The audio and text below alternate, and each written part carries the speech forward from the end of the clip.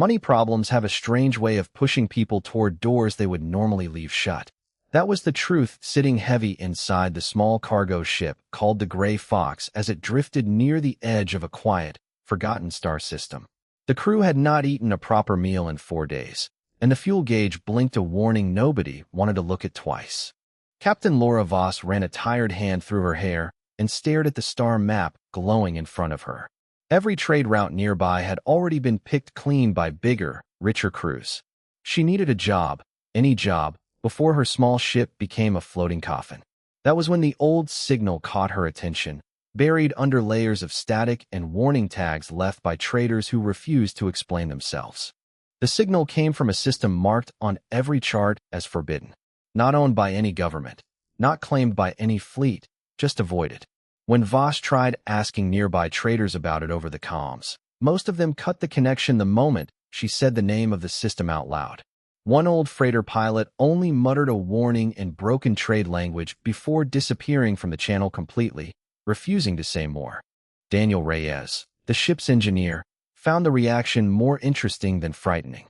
He had spent his whole life fixing things other people were too afraid to touch, and fear without a reason always struck him as a puzzle worth solving. While the rest of the crew argued about turning back, he quietly pulled up what little sensor data they had already collected and noticed something strange buried in the readings. The object at the center of the system was massive, far larger than any ship humanity had ever built. Its outer shape did not match any known alien design cataloged in their database. No power signature came from it, no heat, no movement. By every measurement, it was simply dead, a giant metal grave floating alone in the dark. Yet something about its silence felt deliberate, as if it were waiting rather than broken. Owen Bell, the pilot, was the loudest voice against getting closer. He kept repeating that dead things that scare an entire sector of space usually have a very good reason for it, and that reason was rarely good news for the people who went looking. Dr. Naomi Whitlock, on the other hand, could barely sit still in her seat once she saw the readings. As a researcher who studied lost civilizations for a living, she had waited her whole career for something exactly like this. Voss weighed her options carefully. The Gray Fox had almost nothing left to lose, and a discovery this size, even an empty one, could be worth enough credits to save the ship and its crew. Against her better judgment, and against Bell's nervous protests, she gave the order to change course. The small ship turned slowly, engines groaning under the strain, and pointed itself toward the silent system that every other crew in the sector had chosen to avoid. As they crossed into the system, the stars around them dimmed, swallowed by a thick cloud of old debris and dust that had gathered undisturbed for centuries. Then, through the haze, the object came into view, and every person on the bridge went quiet at once. It was not just large. It was enormous, a dark shape stretching far longer than anything they had ever flown near, its hull carved with patterns that looked almost like old scars. No lights blinked anywhere along its surface. No engines hummed. It hung there in perfect stillness, exactly as it must have hung for hundreds, maybe thousands, of years. Naomi whispered that it looked less like a wreck and more like something that had simply decided to stop moving on purpose, and nobody on the bridge disagreed with her. Voss brought the Gray Fox to a careful stop at a safe distance and ran every skin twice, hoping to find some sign of danger she could point to and use as an excuse to leave. The results came back the same both times.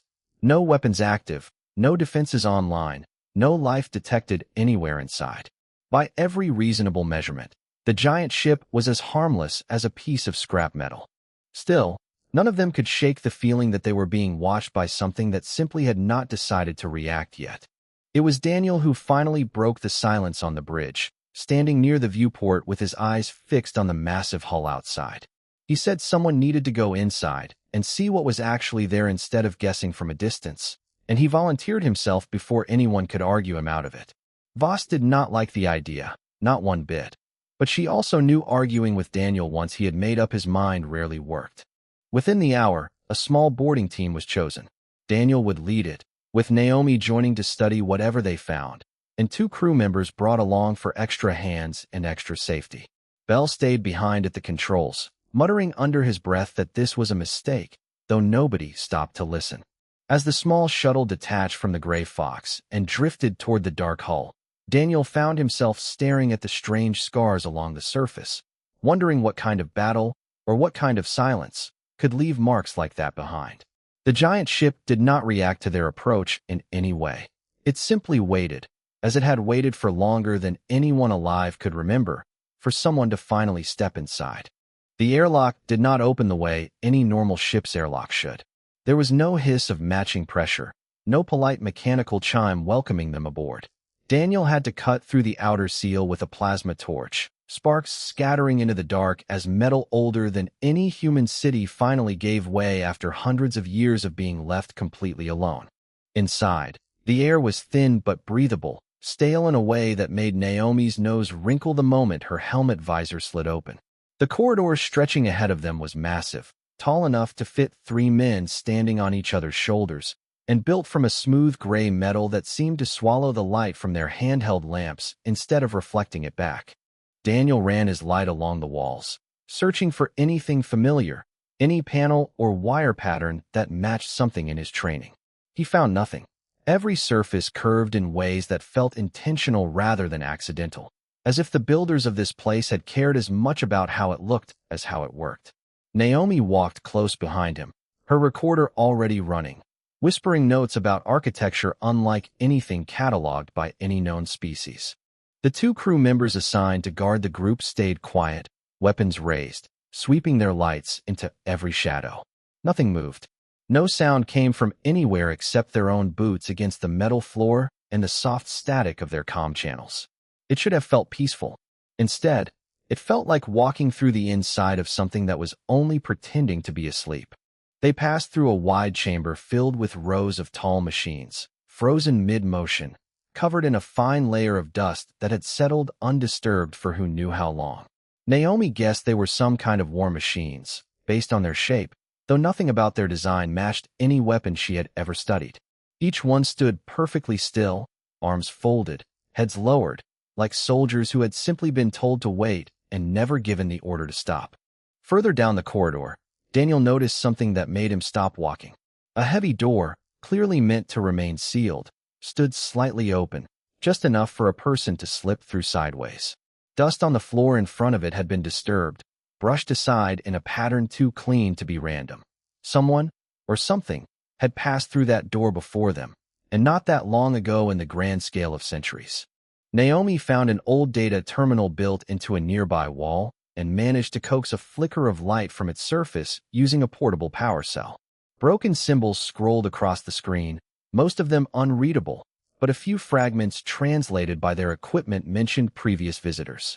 Ships from other species had come here before, entered these same halls, and left records describing fear so strong that entire boarding parties had turned back before finishing their exploration. One entry, badly damaged and only partly readable, spoke of a crew that never returned at all. Daniel felt a chill crawl up his spine that had nothing to do with the cold air around them, but he kept walking anyway. Something about the ship pulled at his curiosity harder than the warnings pushed back against it. He told himself it was just old machinery, just old stories left behind by frightened travelers who did not understand what they were looking at. He almost believed it. They reached a central chamber larger than anything they had passed so far, dominated by a single raised platform surrounded by dark, powered-down consoles. Naomi immediately moved toward it, drawn by the design, but Daniel's attention went straight to the console itself. His hands moved almost on instinct, the same instinct that had guided him through countless broken engines and dead systems back on human ships. He reached out and pressed his palm flat against the console's surface, more out of habit than any real expectation of a result. For one long second, nothing happened. Then the entire chamber shuddered, a deep vibration rolling through the floor and up into their boots. Lights buried within the walls flickered once, twice, and then steadied into a soft glow that spread outward through the corridor behind them like a wave. The dead machines in the chamber they had passed earlier straightened slightly, joints groaning after centuries of stillness. Every member of the boarding team froze in place, weapons raised toward nothing in particular, hearts pounding. A voice filled the chamber, low and rough, as if speaking for the first time in longer than any of them could imagine. It did not come from any speaker they could see. It seemed to come from the ship itself, from every wall and floor panel at once, slow and careful, like someone relearning a language they had once known perfectly. It said one thing, over and over, each repetition growing slightly clearer than the last. A key bearer has returned. Daniel lowered his light slowly, staring at the console beneath his still resting hand, and felt the weight of every warning they had ignored settle heavily onto his shoulders. 1,000 years is a long time to spend alone with nothing but memory for company, and the voice speaking through the walls of the ship seemed to carry every single one of those years inside it. It spoke slowly at first, pausing often, as though searching for words buried under centuries of dust. Naomi kept her recorder running the entire time, too fascinated to feel the fear the rest of the boarding team clearly wore on their faces. The voice explained, in careful pieces, that it called itself the Warden. It was not a person, not exactly, but something built to think, remember, and protect. It had been created long ago by a civilization that no longer existed anywhere in the galaxy. A people who had built this massive ship as both a shelter and a weapon during a war they eventually lost. When their end came, they did not simply let their creation die with them. They sealed it, and they waited for someone worthy to wake it again. Daniel asked the obvious question, the one sitting heavy in everyone's mind. Worthy of what exactly? The Warden took a long pause before answering. It said its makers had built it to recognize a very specific quality in whoever touched its systems, something they valued above cleverness or strength. It called this quality the refusal to stop, a stubbornness that pushed a person forward even when every reasonable signal told them to turn back. Every other species that had boarded this ship over the centuries had either fled in terror the moment things grew strange, or simply lacked whatever spark the makers had been looking for. The ship had sat quietly through all of it, refusing to fully wake for anyone who did not meet that standard. Naomi asked carefully what happened to those other boarding parties, the ones mentioned in the broken data logs they had found earlier. The Warden's voice grew quieter, almost apologetic. It explained that it never harmed anyone directly. It simply let the ship's silence and strangeness work on their minds, allowing fear to do what its makers had asked it never to do itself. Most fled long before reaching this chamber. A few, unfortunately, wandered lost within the ship until their own equipment failed them. The words hung heavy in the chamber. One of the guards shifted uneasily, gripping his weapon a little tighter, but Daniel found himself more curious than afraid. He asked the Warden directly why it had chosen to speak now, to him, when it had ignored so many others before. The Warden answered simply that Daniel had touched the console the same way its makers once had, without hesitation, without the fear that usually stopped a hand halfway. That single action, small as it seemed, was the key it had been built to recognize. It repeated the title again, calling him a key bearer, and with that recognition, the systems that had slept for centuries slowly continued waking around them. While the group processed everything they had just heard, a sharp alert cut through the ship's newly restored comm system, relayed all the way from the gray fox still waiting outside. Bell's voice came through, tense and rushed, warning that other ships had begun arriving at the edge of the system. Sensors picked up 2 separate fleets, moving fast, both clearly heading straight for the now glowing hull of the once-dead ship. Naomi's face went pale as she realized what that meant. Word about the ship waking up must have already spread through channels none of them controlled, likely picked up the moment its power signature returned. Old superstitions or not, nobody in this part of space would ignore a weapon this size suddenly coming back online.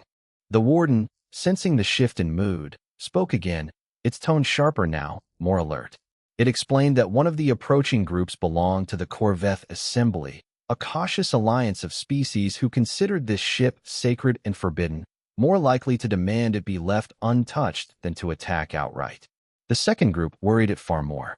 Sensor patterns matched a smaller, more aggressive fleet known for taking dangerous salvage by force rather than asking permission first. Daniel exchanged a quick look with Naomi, both of them realizing at the same moment that whatever this discovery was worth, it was about to become a lot more complicated than simply reporting it and collecting a paycheck. The Warden's newly restored systems continued humming to life around them, lights spreading further down the corridors, distant machinery groaning as centuries of stillness slowly gave way to motion.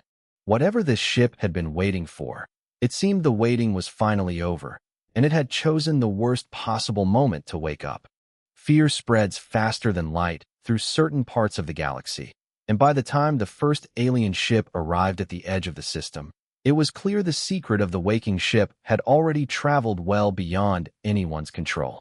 Captain Voss watched the sensor readout on the Gray Fox with a tightening knot in her stomach as an elegant, slow-moving vessel came into view, its hull marked with symbols that matched nothing in their trade database. The ship hailed them almost immediately, and after a moment of static, a calm, measured voice filled the bridge. It introduced itself as Counselor Threll, speaking on behalf of the Corvette Assembly, a coalition of species that had guarded the story of this forbidden system for longer than human history had been recorded.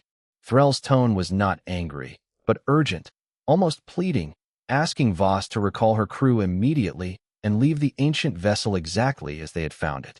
Voss tried to explain that her people had already gone inside, and that the ship itself had already woken up on its own. A heavy silence followed on the other end of the channel before Threll spoke again, quieter this time, warning that if the ship had truly woken, then far more dangerous eyes were already turning toward this system, drawn by the sudden return of its power signature. Threll was right. Before Voss could respond further, a second, much larger fleet dropped out of hyperspace at the far edge of the system, moving with none of the careful hesitation the Corvette ships had shown. These vessels were built for speed and aggression, bristling with weapons, cutting straight toward the ancient ship without slowing down. A rough, confident voice soon replaced Threll's on the open channel, introducing himself as Commander ISO Drake, leader of an independent salvage fleet known across several systems for taking what it wanted by force. Drake made no attempt at diplomacy. He simply stated that the ancient vessel was now his fleet's claim, and any human ship still nearby had exactly one chance to move aside before becoming a target. Voss's hands tightened on the console as she realized just how quickly this situation had spiraled far beyond a simple salvage job. Inside the ship, Daniel and the boarding team felt the change the moment it happened. The warden's voice returned, sharper and more urgent than before, warning them that hostile forces had entered weapons range and were preparing to fire.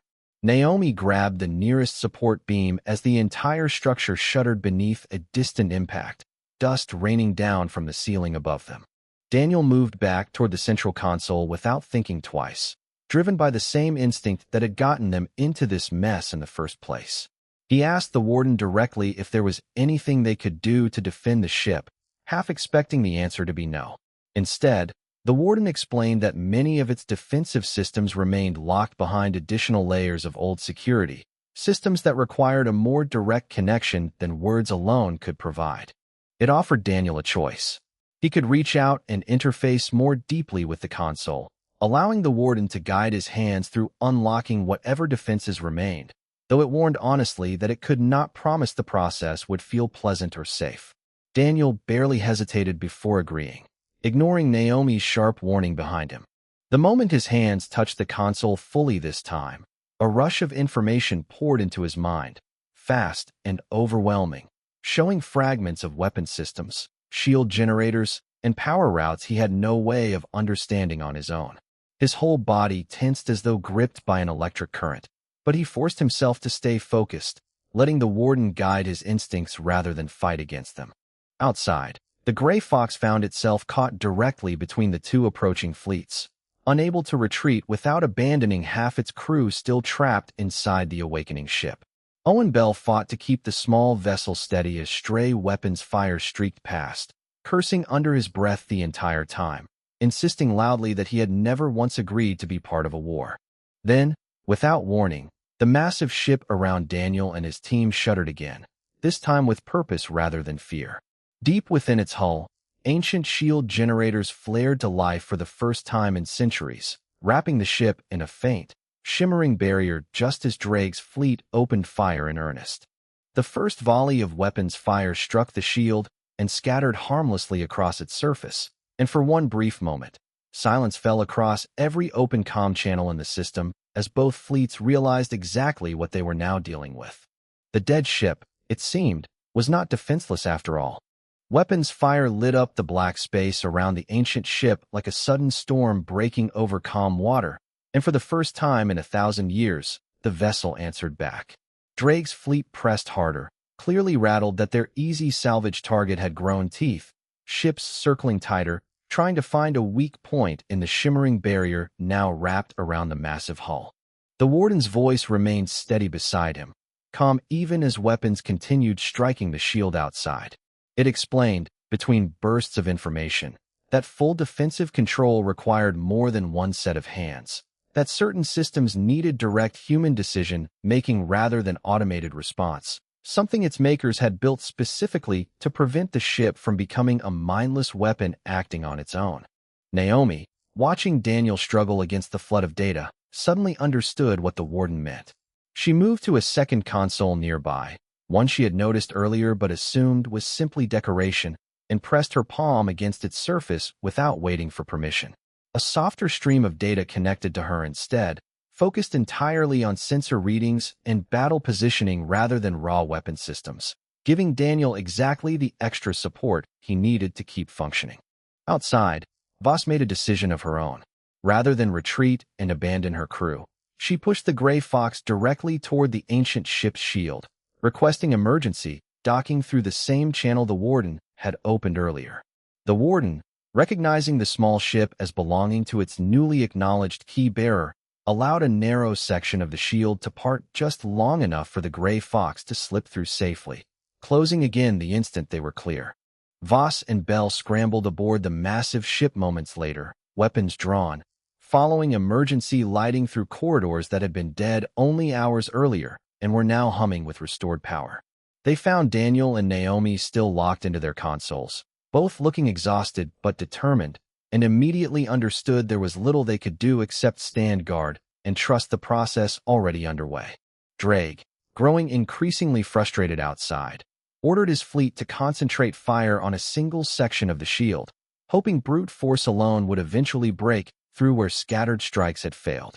For a tense moment, the barrier flickered under the combined assault, and Daniel felt the strain of it directly through his connection to the console, pain shooting through his skull as the warden diverted power desperately to hold the line.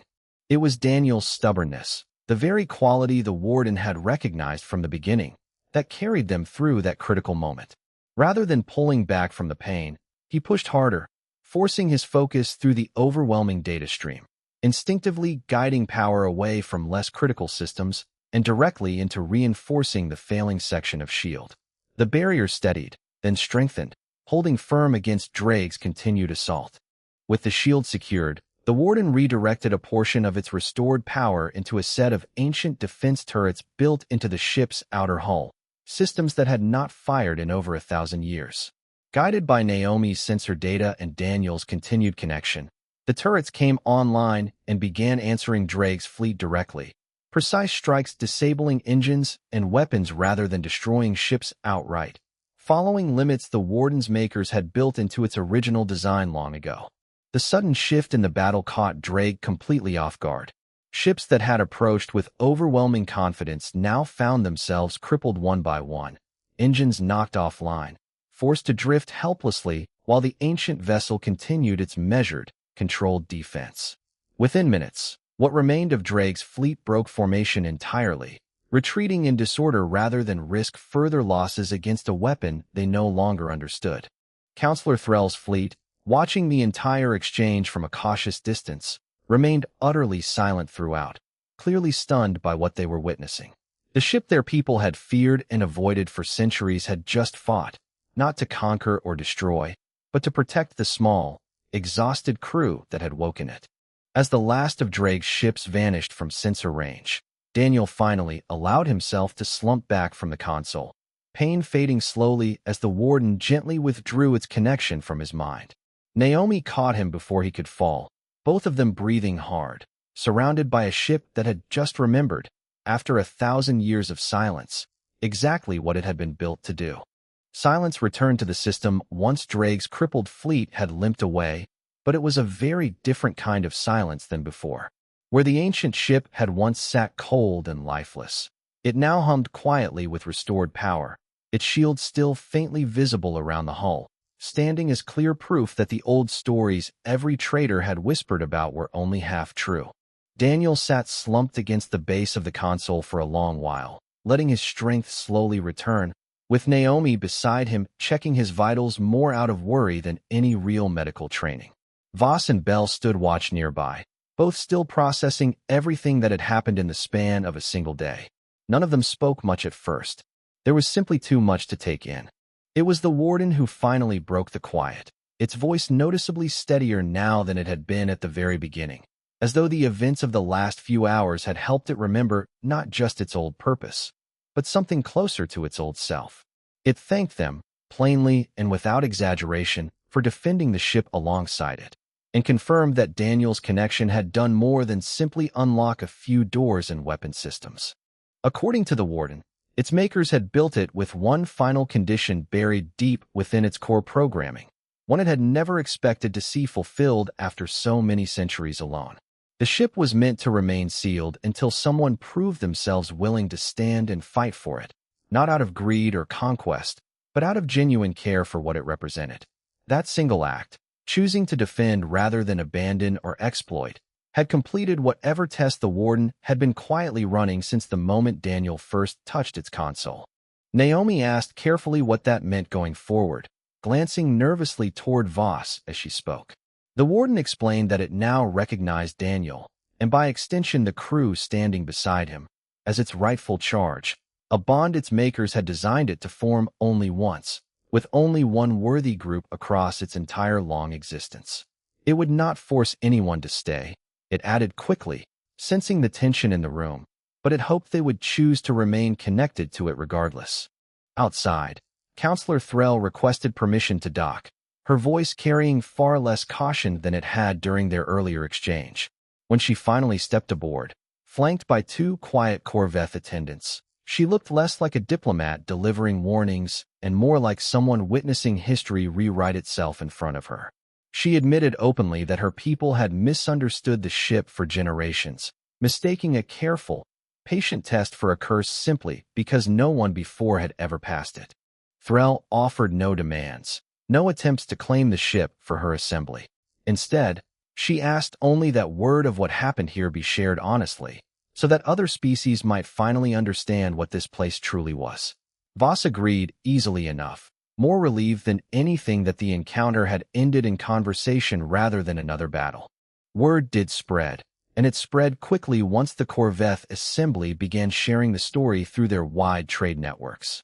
A small, poorly funded human salvage crew had woken a ship every other species had been too afraid to touch, defended it against a hostile fleet, and earned its loyalty without ever raising a weapon of conquest themselves.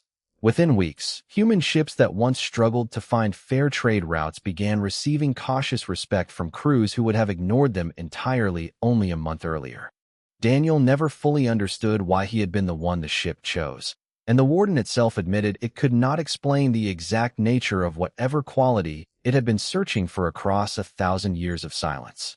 It only knew, with quiet certainty, that it had finally found it, and that it had no intention of losing it again. The gray fox, small and worn but no longer desperate, prepared to set course back toward human space, this time escorted by a ship larger and older than most civilizations currently recorded across the stars. Daniel stood near the same console where it had all begun, looking out at the stars through a viewport built by hands long turned to dust, and felt, for the first time in a long while, that the future ahead of them looked far brighter than the empty fuel gauge that had started this entire journey. Behind him, the warden's voice remained steady, no longer searching for words lost to time, simply present, simply awake, ready at last to move forward alongside the crew that had refused to leave it silent.